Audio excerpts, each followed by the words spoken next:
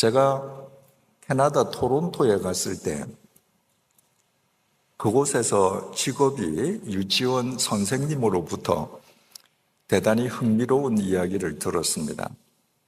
토론토에 살고 있는 유치원 아이들에게 풍경 그림을 그리게 하면 대부분의 아이들의 그림 속에 산이 없다는 것입니다. 자기가 근무하는 유치원 아이들뿐만 아니라 토론토에 살고 있는 거의 모든 아이들의 풍경 그림에는 산이 없다고 했습니다. 그 이유가 무엇이겠습니까? 흥미롭지 않습니까? 토론토가 주도인 캐나다의 온타리오 주는 동서 길이가 1000km, 남북의 길이가 1000km, 면적이 우리 남한 땅 9배나 됩니다. 그런데 그 광활한 땅에 산이 하나도 없습니다. 자동차를 타고 1000km를 달려가도 우리가 말하는 구릉이나 언덕, 야트막한 구릉이나 언덕은 나와도 100m, 200m 우리가 말하는 산은 단 한 개도 나타나지 않습니다. 따라서 토론토에서 태어난 어린아이들 가운데에 부모를 따라서 캐나다 다른 지방 산 있는 지역을 여행하거나 혹은 외국에 가서 산을 본 적이 없는 아이들에게 자연을 그리라고 하면 들판, 강, 호수밖에 없는 것입니다. 이것은 우리로 하여금 대단히 중요한 사실을 깨닫게 해줍니다. 사람은 무엇이든지 자기가 인식한 것만 어떤 형태로든 표현해낼 수 있다는 것입니다. 사람이 인식하거나 인지한 것이 뇌 속에 인식의 창고에 저장됩니다. 저장되어 있던 것 중에서 필요에 따라서 어떤 형태로 표현되고 표출되는 것입니다. 내가 인식해 본 적도 없는 것, 단 한 번도 인지해 본 적이 없는 것, 그래서 내 뇌 속의 인식의 창고에 인풋, 저장된 적이 없는 것은 표현되어 나올 리가 없습니다. 어느 나라에서나 예술가들은 존중을 받습니다. 예술가들이 존중받는 이유는 어느 나라나 다 공통적으로 똑같습니다. 그들이 지니고 있는 남다른 독창력과 창작력 때문입니다. 그들의 독창력과 창작력은 정말 존경스럽습니다. 그런데 아무리 세계적으로 유명한 대문호라 할지라도 모티브가 없으면 소설을 쓰지 못합니다. 신문 기사에서 조그마한 사건 기사를 하나 보았다든가 어느 선술집에서 술을 먹는데 옆 테이블에서 이야기하는 사람들의 이야기를 들었다든가 뭔가 모티브가 있을 때 그 조그만 모티브를 토대로 해서 대하소설이 나오고 감동적인 시가 나오는 겁니다. 아무 모티브 없는데 위대한 소설가의 머리에서 그냥 소설 이야기가 나온다. 있을 수 없습니다. 화가도 똑같습니다. 세계적으로 아무리 뛰어난 화가라 할지라도 인물화를 그릴 때 모델이 없으면 인물화를 그리지 못합니다. 화가는 사람의 우수에 젖은 눈망울, 행복에 겨워하는 미소, 공포에 질린 얼굴 표정을 상상으로는 절대로 그려내지 못합니다. 우수에 젖은 눈망울을 가진 한 여인을 보았을 때 그 눈망울을 캔버스에 그려낼 수 있습니다. 공포에 질린 사람의 얼굴을 보았을 때 그 얼굴을 그릴 수 있는 것입니다. 행복에 겨워하는 미소를 짓는 사람의 얼굴을 한 번도 본 적이 없는 사람이 행복에 겨운 미소는 이럴 것이야 표현해낼 수 없습니다. 이처럼 대문호도, 위대한 화가도 어떤 모티브나 모델이 있어서 그가 인식한 것을 토대로 해서 예술 작품을 만들어낸다고 하는 것을 알고 나면 우리가 존경해 마지 않는 예술가들의 독창력과 창작력이라고 하는 것은 자신이 본 것의 변형력, 적용력, 모방력, 확장력일 뿐 창조력은 아니라는 사실을 알게 됩니다. 다 예술가들은 뭔가 본 것, 인식한 것을 변형하고 적용하고 확장하는 거거든요. 그에 반해서 창조력은 무에서 유를 만들어내는 겁니다. 그런데 화가가 모델이 없으면 인물을 못 그리는 거예요. 그들에게는 창조력은 없는 것입니다. 소설가 똑같습니다. 그들에게 있는 독창력과 창작력이 우리는 감히 넘볼 수 없기 때문에 우리가 그들을 위대한 문호로 존중하고 존경할 뿐 그들이 가진 능력이 창조력이 아니라는 사실은 알게 됩니다. 여러분 유럽 여행을 하신 분은 잘 아시겠습니다만은 유럽에 가면 곳곳에 2000년도 더 전에 옛날 그리스 도시국가 시대 때부터 만들어진 신상들이 절비하게 세워져 있습니다. 어떻게 2000년 전에 사람이 손으로 이렇게 신상을 만들었을까? 다 당대의 예술가들이 만든 것이죠. 그냥 살아 있습니다. 아니, 살아있는 사람보다 여자는 더 예쁘고 남자는 더 멋져요. 정말 그 당대의 예술가들은 뛰어난 사람들입니다. 그런데 그 신상들이 아무리 뛰어나 보인다 할지라도 그 신상들에 대해서 성경은 이렇게 이야기합니다. 시편 115편 4절에서 7절입니다. 그들의 우상들은 은과 금이요 사람이 손으로 만든 것이라 입이 있어도 말하지 못하며 눈이 있어도 보지 못하며 귀가 있어도 듣지 못하며 코가 있어도 냄새 맡지 못하며 손이 있어도 만지지 못하며 발이 있어도 걷지 못하며 목구멍이 있어도 작은 소리조차 내지 못하느니라.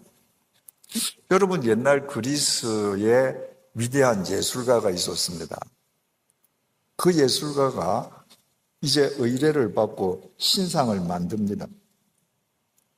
그 신상의 얼굴에 눈을 붙여줘요. 왜 눈을 붙여줍니까? 자기가 세상을 볼 수 있거든요. 자기가 세상을 아예 처음부터 눈이 자기 얼굴에 없어서 세상을 볼 수 없는 사람이라면 신상을 만들 수도 없겠지만 신상을 만들어도 눈을 붙여주지 못할 겁니다. 이 예술가는 이렇게 염원하면서 신상의 얼굴에 눈을 붙여주는 겁니다. 신이시여, 내가 당신 얼굴에 눈을 붙여드립니다. 내가 어디에 있든지 내가 붙여드리는 이 눈으로 나를 굽어 살펴주소서. 귀를 붙여줘요. 신이시여, 내가 작은 소리로 신음하는 소리로 기도해도 이 귀로 내 기도를 들어주소서. 입을 붙여줘요. 내가 당신 앞에 기도할 때마다 당신이 이 입을 열어서 나에게 응답해 주소서. 그렇게 만든 예술작품 신상은 사람하고 똑같습니다. 그런데 그 신상은 못 봅니다. 눈이 있는데 못 봐요. 귀가 있는데 듣지 못합니다.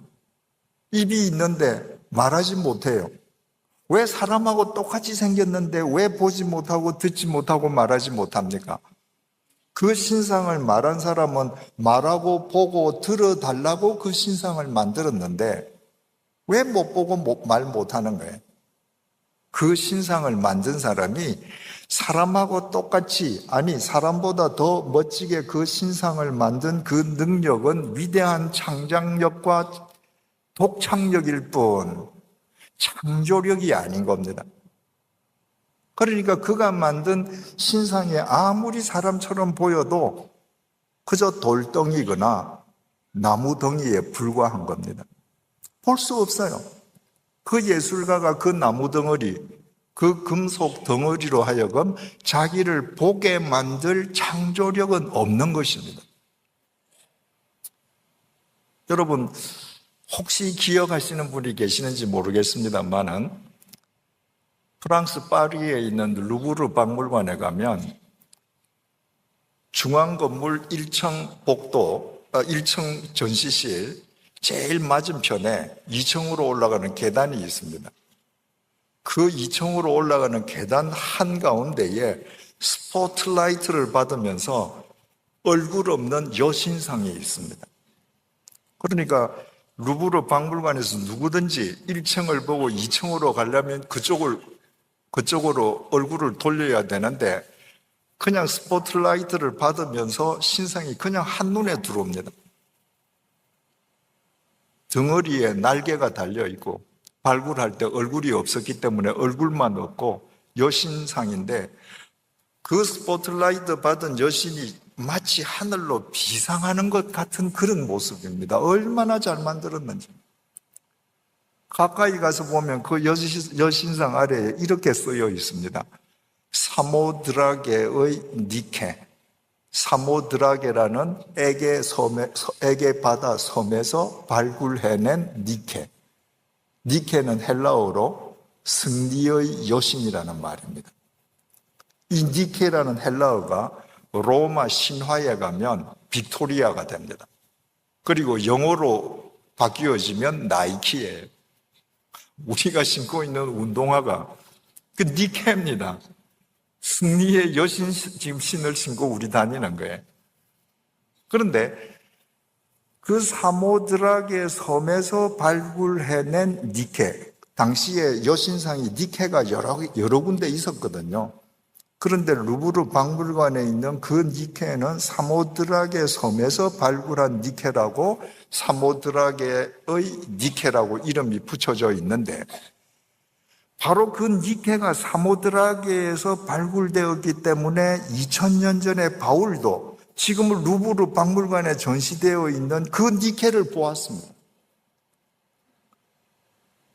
바울이 2차 전도 여행을 할 때 드로아에 도착했을 때입니다.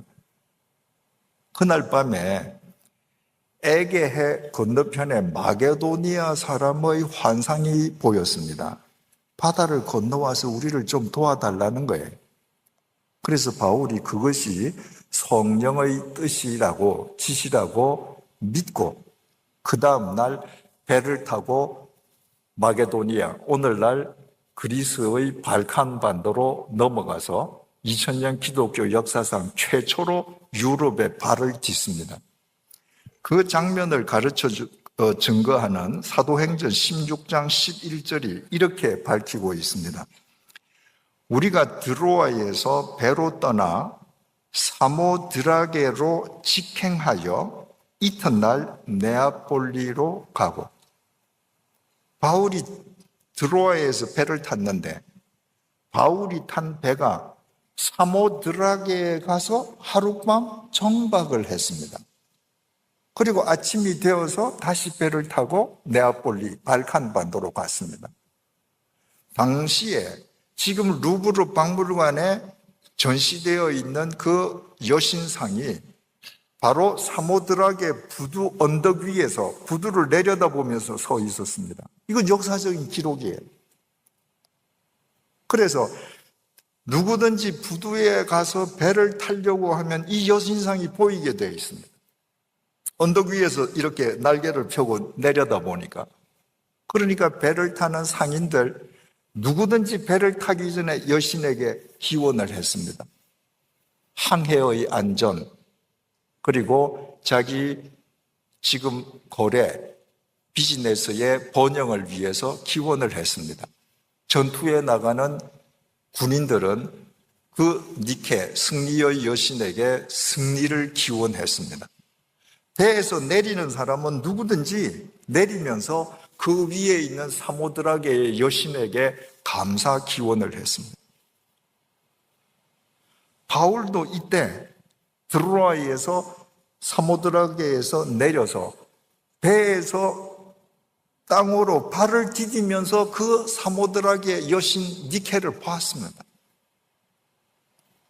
그 마치 비상할 듯이 날아오를 듯이 그 예술적인 그 여신상을 보고 함께 가는 다른 모든 그 배에 탔던 승객들이 다 이렇게 빈다고 해서 바울도 그 여신상을 향해서 빌었겠습니까?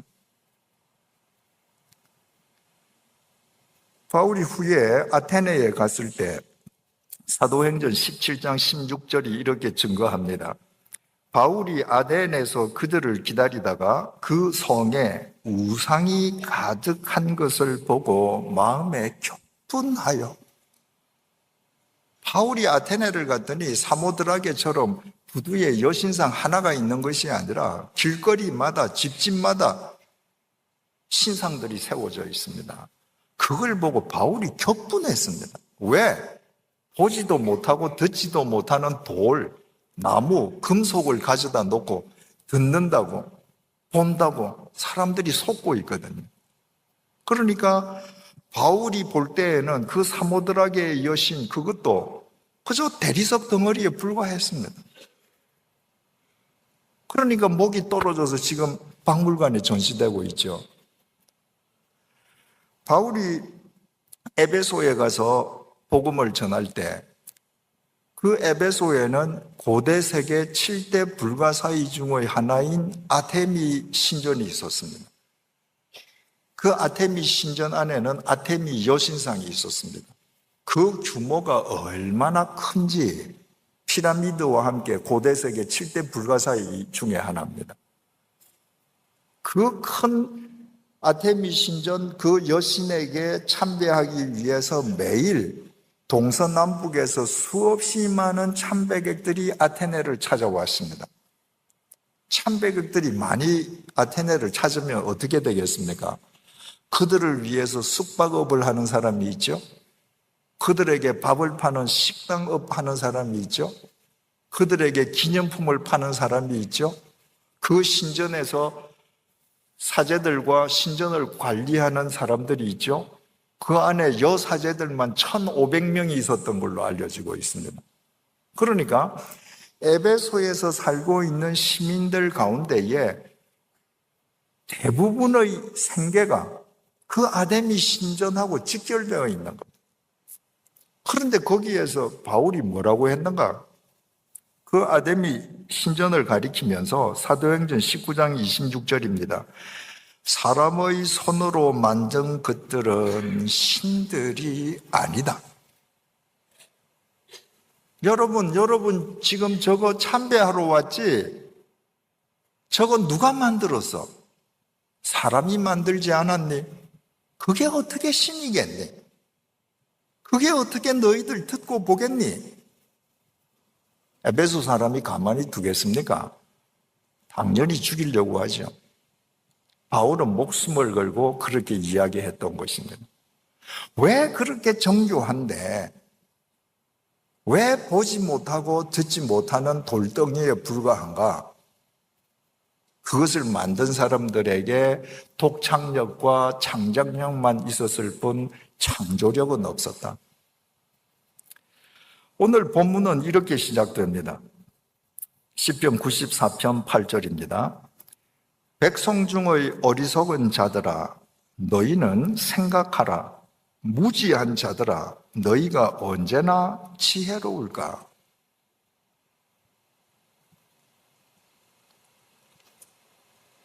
백성들 중에 무지한 사람들이 있는 거예요. 백성들 중에 무지한 사람들아 너희가 언제 지혜로울래? 자, 여기에 무지가 있습니다. 여기 지혜가 있습니다. 무지한 너희들이 언제 지혜로울래? 그 분기점이 뭔가? 너희는 생각하라. 여러분들이 아무리 학력이 깊어도, 여러분이 아무리 지성인이라도 생각하는 그리스도인이 되지 않으면 하나님 앞에서 여러분들은 지혜로운 그리스도인으로 살 수 없습니다. 신앙의 성숙은 생각하는 것으로부터 시작합니다. 너희들 한번 생각해 보아라. 히브리어 동사 be는 그저 건성으로 아니면 스쳐 지나가듯이 한번 생각해 봐. 그게 아닙니다. 너희들 숙고해 봐라. 깊이 생각해 봐라. 사색해 봐라.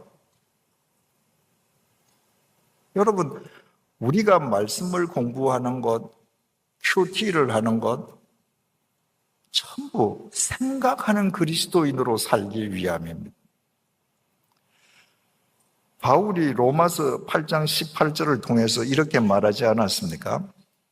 생각하건대 현재의 고난은 장차 우리에게 나타날 영광과 비교할 수 없도다. 우리가 잘 아는 구절입니다. 여러분, 이 짧은 한 구절 속에서 여러분들께서는 어떤 단어가 가장 중요하다고 생각하십니까? 저는 생각하곤 됩니다. 내가 지금 현재 고난을 당하고 있습니다. 내가 아파요. 고통스럽습니다. 매일매일 눈 뜨는 것이 두렵습니다. 그러나 이것을 발판으로 내게 다가올 미래의 날들은 오늘 내가 당하는 고통과는 비교할 수 없는 영광의 날들이 될 것이다. 이거 어떻게 알아요? 생각하는 사람만 압니다. 주께서 나를 위해서 십자가에 못 박혀서 제물이 되어 돌아가셨는데 주께서 나를 골리시려고 나를 지금 이 아픔 속에 몰아 넣으셨을까? 주님께서 나를 버리셨기 때문에 내가 지금 이 끝이 보이지 않는 고난의 터널을 통과해야 되는가? 아니다. 그분이 나를 위해서 십자가의 제물이 되기까지 돌아가신 분이시라면 이 과정을 통해서 내게 불필요한 모든 건축을 다 빼어내게 하시고 영적으로 더 강건한 사람이 되게끔 하시기 위해서 지금 나를 빚고 계신다. 생각해보면 답이 나오는 거예요. 여기에서 생각하건대라는 것도 로기조마이, 그냥 생각이 아닙니다. 이것 역시 숙고하는 겁니다. 사색하는 겁니다. 여러분, 고인이 된 일본의 그 유명한 작가 미우라 야코 여사는 평생 병자로 살지 않았습니까? 젊은 나이에 폐결핵에 걸려서 폐결핵 환자로 살다가 그 폐결핵이 척추 카리에스로 이어져서 7년 동안을 꼼짝 못하고 누워있지 않았습니까? 그리고 척추 카리에스로 일어난 다음에는 죽을 때까지 여러 암에 걸렸습니다. 여러분, 예수 믿고 일평생 병자로 살았으면 짜증스럽지 않겠습니까? 그러나 미우라 야코 여사는 생각하는 크리스찬이었습니다. 그의 병상의 기도가 유명합니다. 병들지 않고는 드릴 수 없는 기도가 따로 있습니다. 병들지 않고는 들을 수 없는 말씀이 따로 있습니다. 병들지 않고는 볼 수 없는 얼굴이 따로 있습니다. 병들지 않고는 나아갈 수 없는 성소가 따로 있습니다. 나는 병들지 않고는 인간이 될 수조차 없었습니다. 그분은 일평생 병자로 살았지만 로기조마이, 생각하는 그리스도인이었습니다. 생각하건대 내 육체는 지금 이렇게 병 속에서 고통스러워하지만 이 병을 통해서 주님께서 주실 미래의 영광은 좋게 비교하지 않으리라. 그의 주옥 같은 모든 문학 작품은 모두 병 속에서 나왔습니다. 미우라 아야쿠 여사가 건강한 여인이었으면 그냥 건강한 일본 여성으로 살다 생을 끝내었을 것입니다. 마태복음 6장 28절 30절을 통해서 주님께서 이렇게 말씀하십니다. 또 너희가 어찌 의복을 위하여 염려하느냐? 들의 백합화가 어떻게 자라는가 생각하여 보라. 카타만다노. 이거는 숫고보다 하나가 더 들어갑니다. 심사숙고해봐라. 얘들아, 저 들판에 지금 백합화, 들풀이 어떻게 자라는지 심사숙고 한번 해봐라. 수고도 아니하고 길쌈도 아니하느니라. 그러나 내가 너희에게 말하노니 솔로몬의 모든 영광으로도 입은 것이 이 꽃 하나만 같지 못하였느니라.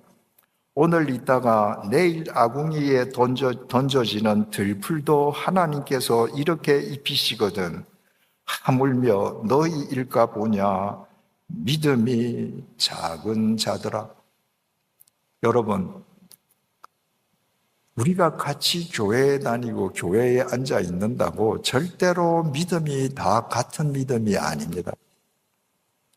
주님 보시기에 큰 믿음이 있고 좁쌀만큼 작은 믿음이 있습니다. 그 분기점이 뭔가? 생각하는 것입니다. 생각하지 아니하면 매일매일 뭘 먹을까? 뭘 입을까?